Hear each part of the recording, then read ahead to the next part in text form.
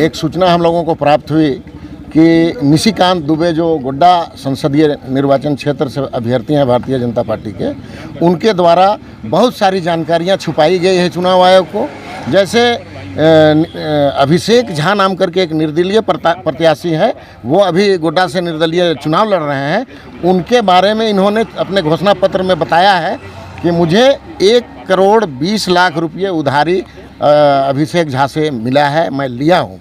तो अभिषेक झा उस बात से इनकार भी कर रहे हैं, वो सार्वजनिक रूप से और आप लोगों के माध्यम से भी इनकार कर चुके हैं कि मुझे निशिकांत दुबे ने ऐसा कोई पैसा नहीं लिया है मुझसे और ना मैंने दिया है।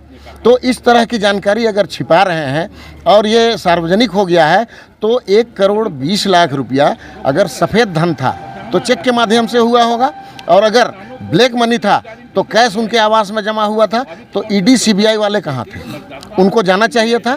तो इस तरह से ये लोग आकंठ भ्रष्टाचार में डूबे हुए हैं और दूसरे को आईना दिखाने का काम करते हैं। इसकी मांग हम लोगों ने चुनाव आयोग से किया है कि इस पर अविलंब कार्रवाई करते हुए उन पर कड़ी कार्रवाई किया जाए कानूनी।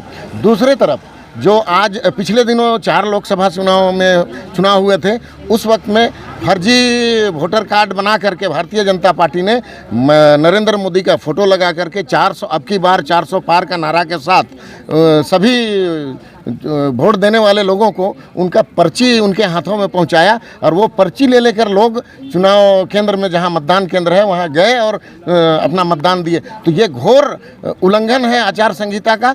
इसकी भी हम लोगों ने पिछले दिनों जानकारी दी थी, और आज जहां जहां 3 जगहों पर जो चुनाव हो रहा है वहां पर पुनः इस तरह की पुनरावृत्ति हो रही है भारतीय जनता पार्टी के द्वारा। तो ये घोर चुनाव का आचार संहिता का उल्लंघन है। इसकी भी हम लोगों ने मांग की है कि उस पर भी FIR किया जाए।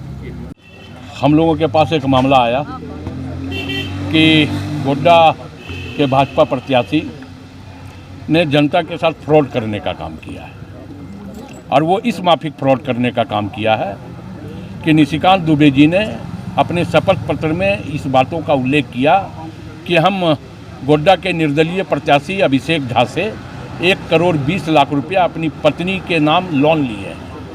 लेकिन अभिषेक झा ने अपने शपथ पत्र में ये उल्लेख नहीं किया कि 1,20,00,000 रुपया हमने निशिकांत दुबे जी की पत्नी को लोन के रूप में देने का काम किया।